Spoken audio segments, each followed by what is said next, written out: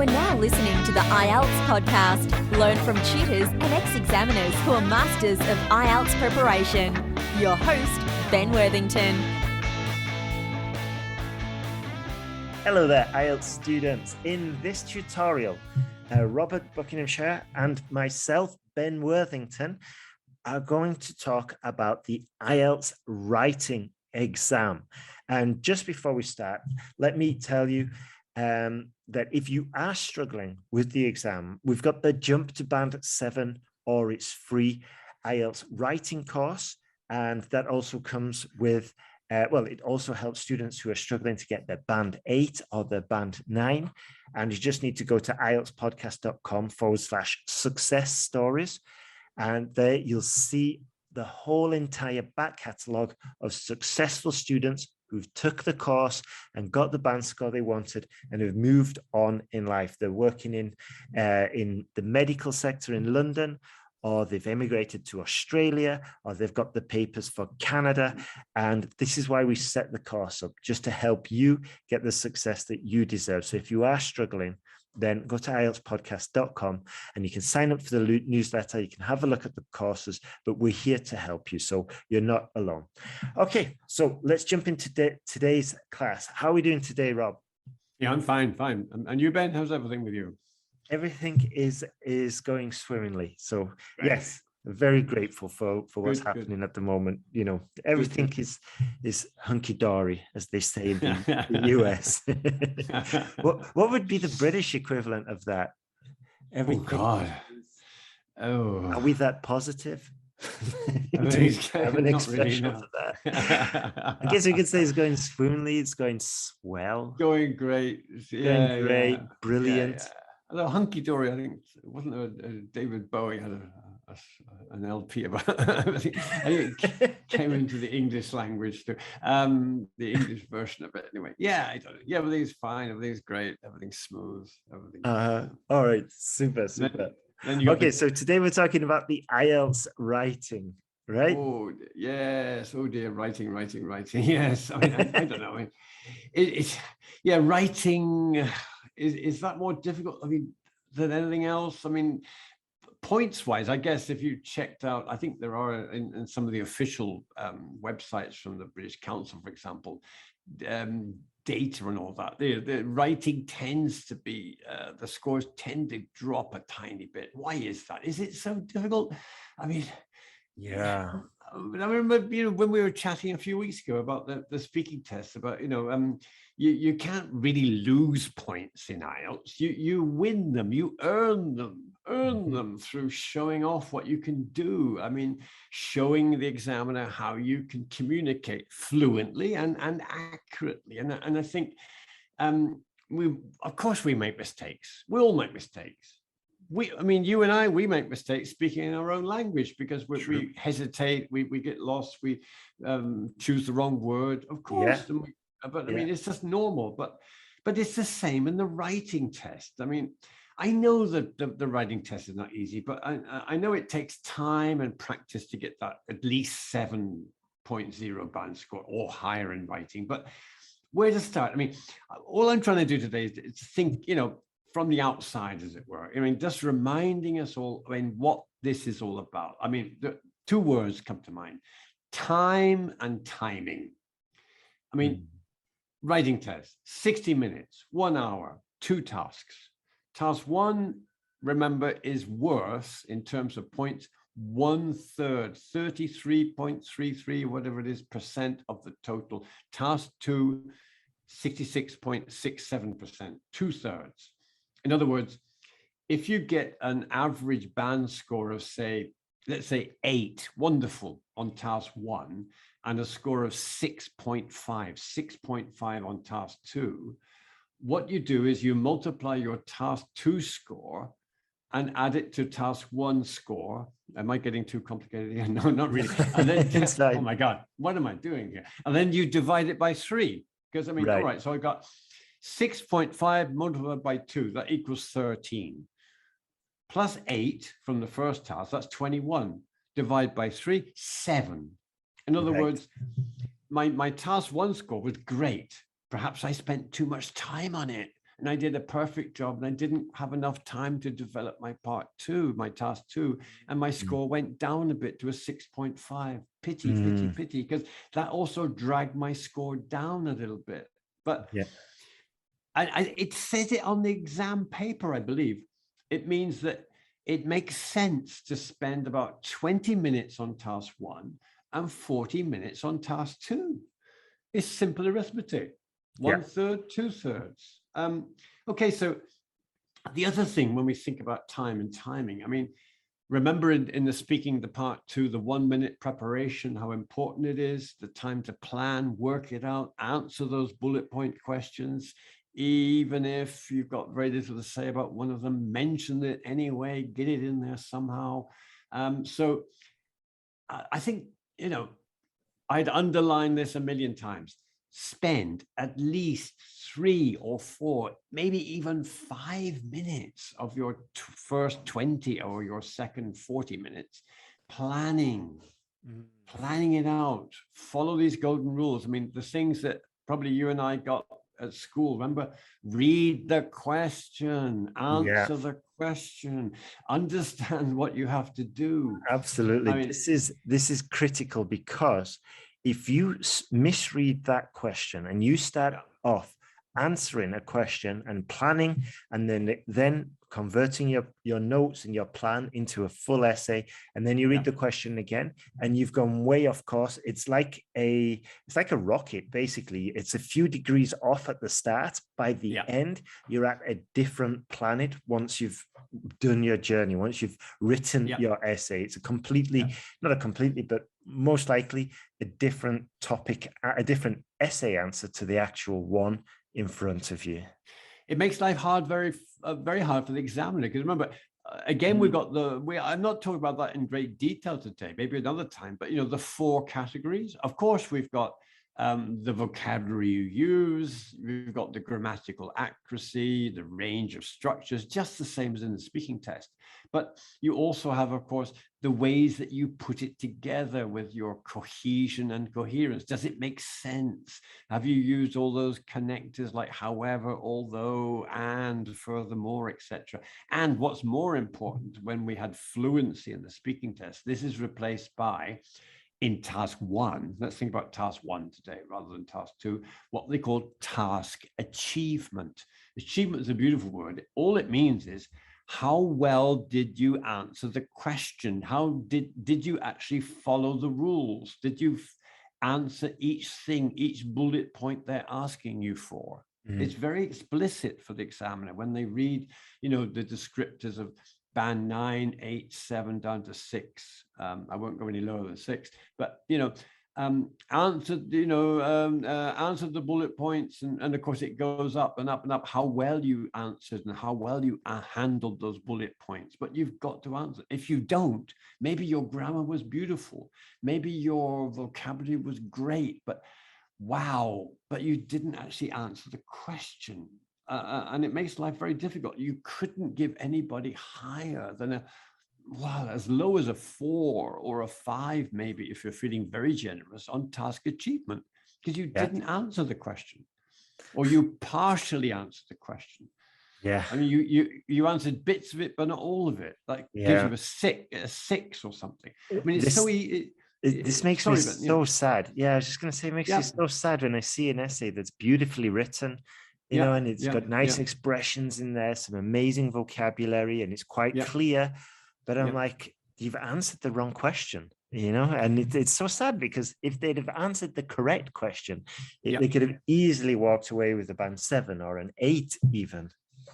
Yes, sir. Yes. And this is particularly true, I think, I always found with the academic version of the exam, because surprisingly, you get these people who are so confident and have a good level in English, obviously, from what they write, but they don't know what they're supposed to do. When they interpret a graph, they don't know the rules of the game, and they're very clear.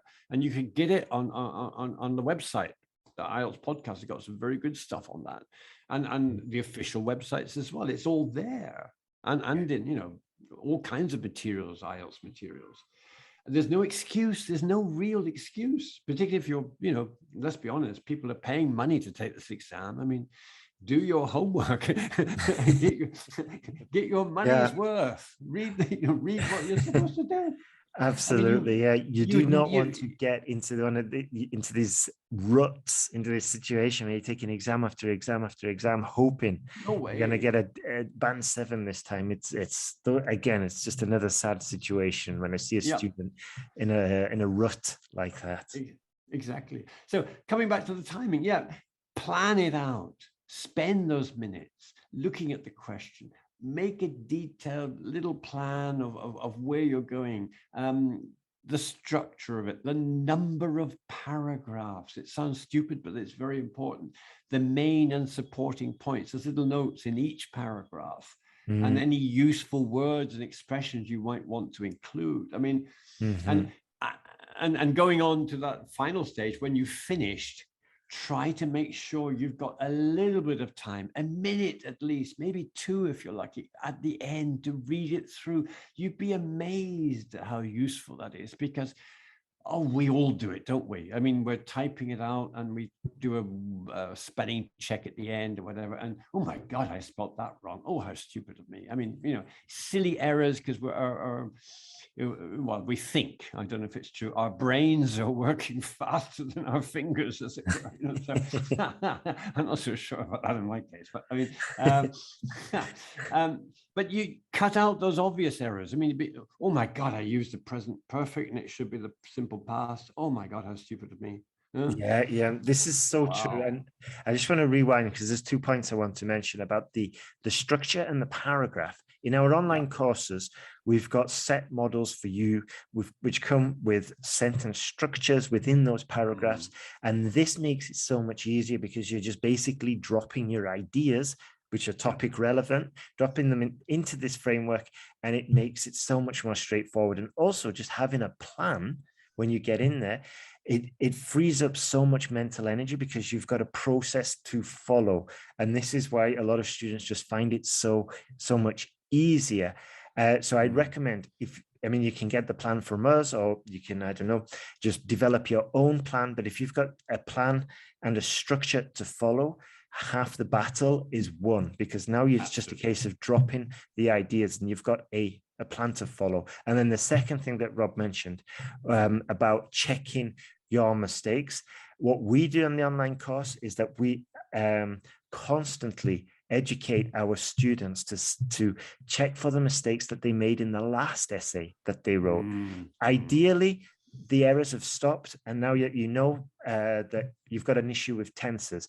But more than likely, or what's quite common, is just you'll commit the same errors, especially if it's like a fossilized error, a fossilized mistake. You'll go back. So look for your weak spots and then try and correct those specific ones. And this way, you're kind of compensating for the weaknesses that you know about. But you'll only know if you've got those weaknesses if you've invested in getting feedback on your essay. So I think getting feedback is absolutely critical. So I definitely look at that. Yeah, absolutely. I mean, if you let me do, I thought I could just say a few things about a task 1, but but the general training one, which is an easy way in, because is it so easy though? You're supposed to write a letter. I mean, I've been looking through the IELTS podcast website over the last few days, and I'm not advertising, but I would really strongly recommend all of you to go to that website and check out several what I thought were excellent articles on how to tackle that task 1 general training task. I'm being really serious here. It'll give you recent exam questions, an analysis of the types of letters that you have to write, from the informal letters to friends, to kind of neutral ones, which are neither formal, neither informal, to more formal ones. For example, writing complaints to people, or writing a response to a problem. Take this one. I got an example. A typical task 1 in general trading. It's a horrible one, because you've got to write a letter to someone you've never heard of before, somebody in authority. So it's got to be kind of like semi-formal. This is a possible exam question. Write a letter to the local council. My God. about their plans to close a playground in your area because children don't use it much. I mean, it's your classic local politics interfering with the people. But you've got 3 bullet points, and these are the things you've got to include. I mean, 3 bullet points probably mean, of course, 3 paragraphs. In the letter, you should tell, 1, why many children don't currently use it. 2, how important the playground is for children. 3, give some suggestions how to make the playground a success. This is not so easy, of course. I mean, I think in the website and on IELTS podcast, you'll see lots of perfectly good advice as to how to structure your letter in terms of paragraphs.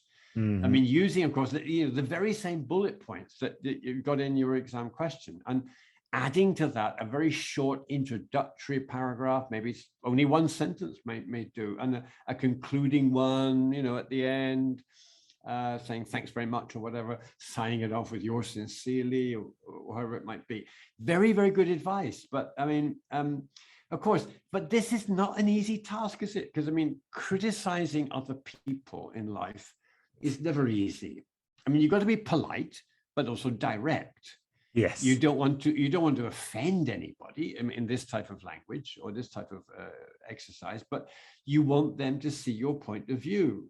So it's not going to be a kind of letter, you know, I am absolutely horrified at your negligence and incompetence. No, because they're going to throw your letter away. Because it's what they call the tone of it.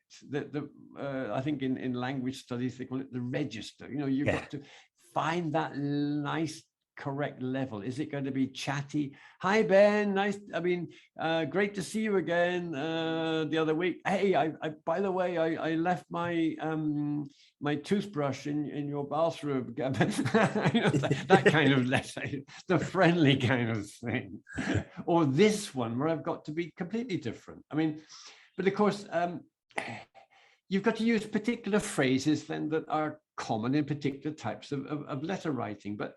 Let's be honest. Let's be really honest. I mean, sometimes I ask myself, why do they have this type of question in IELTS? I mean, when was the last time anybody ever wrote a letter? I mean, if you ask anybody under the age of, I don't know, 30, true. They've never even bought a stamp to put on an envelope. Yeah. You know? It's so antiquated, isn't it? It's ridiculous.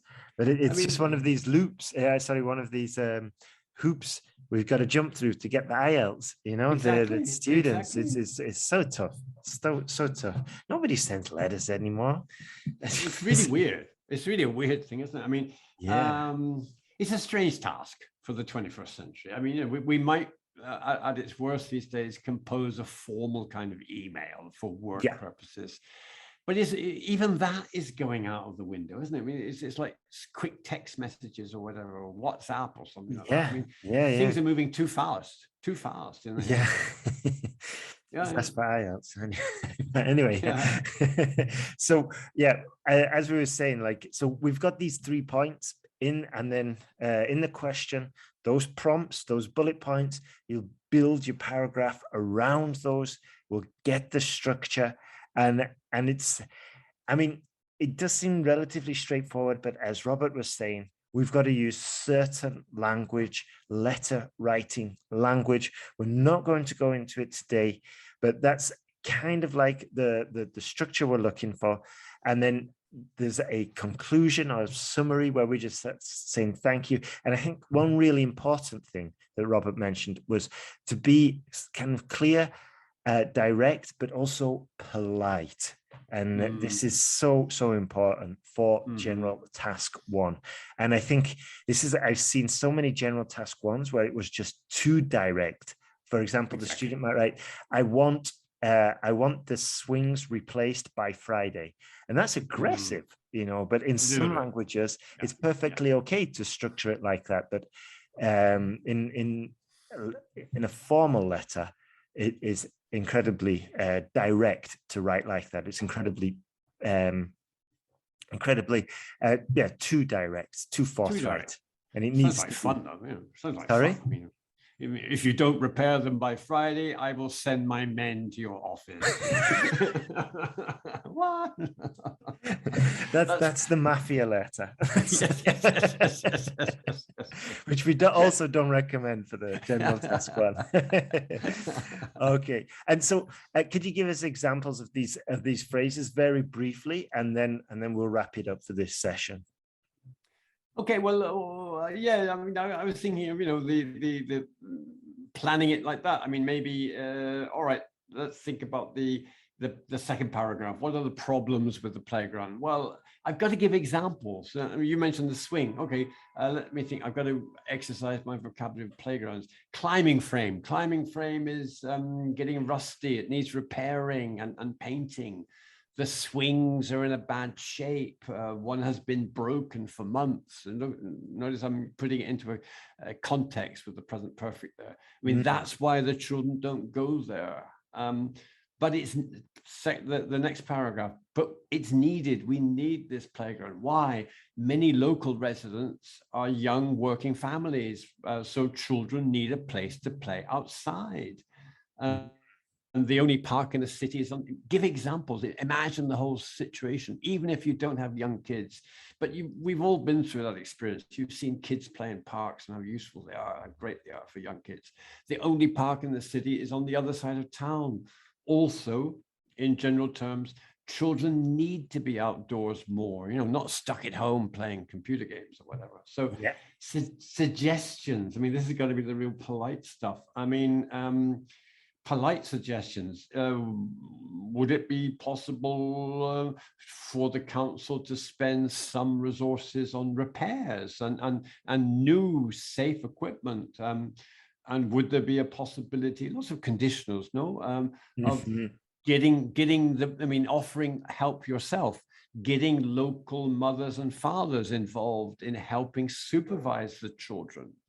Because that could be an extra point. I mean, we're all worried about safety. So what if we also made a contribution? I'm not trying to think in this context. It's going to be, you must do this, this, and this. I'm also offering something which would give, a nice feel to the letter itself. Some kind of system where, we share our responsibilities of supervising the playground. This will be good for everybody. The children, the families, and of course, it would be beneficial to yourselves at the local council. Yeah, absolutely. This is so important, like just to give sort of like friendly suggestions that are kind of positive, and we share the responsibility. I mean, compare that to a typical structure that might be, you must replace them by Thursday, or you must do this. I want to see 5 sets of swings all in blue by Friday. And it's just too aggressive. We've got to take a polite, collaborative, healthy, friendly approach to getting this done. This is the kind of style and feel that we want. Yeah, as well, of course, the signing off, thanking the person, and also that classic, we have to learn those expressions. They're fixed in any language. I look forward to your reply. I look forward to hearing from you.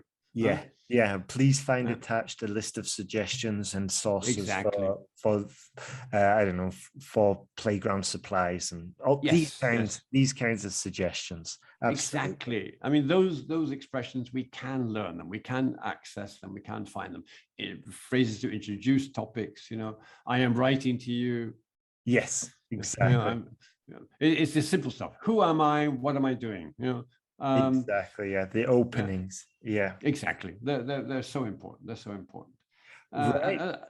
Sorry, I was going to finish after Rob. Anything else? I was cutting you short. No. We'll go on another day about that on another topic. I mean, when we go on to the academic part one, things like how you join things together, the alsos and the buts and howevers and besides, they're so important. They will score you points any day of the week. Yeah, that is so true, and they just make it so much clearer as well to follow. Absolutely. Okay, so with that, I'd just like to say a big thank you to our listeners, and thank you for supporting us over the last couple of months and the last few years. And remember, if you are struggling with your IELTS exam, then get in contact at IELTSPodcast.com. Every week, we are getting thank you emails from students who have passed their exams, thanks to getting the feedback, thanks to improving their essay. And you can start off with getting feedback and getting your essay corrected. And then maybe you want to study with us with our online course of Jump to Band 7, or it's free. Whatever your situation, get in contact and we can help you pass the exam. That's why we set up IELTSPodcast.com. So with that, thank you again. And remember, we're here to help you, and good luck with your IELTS exam.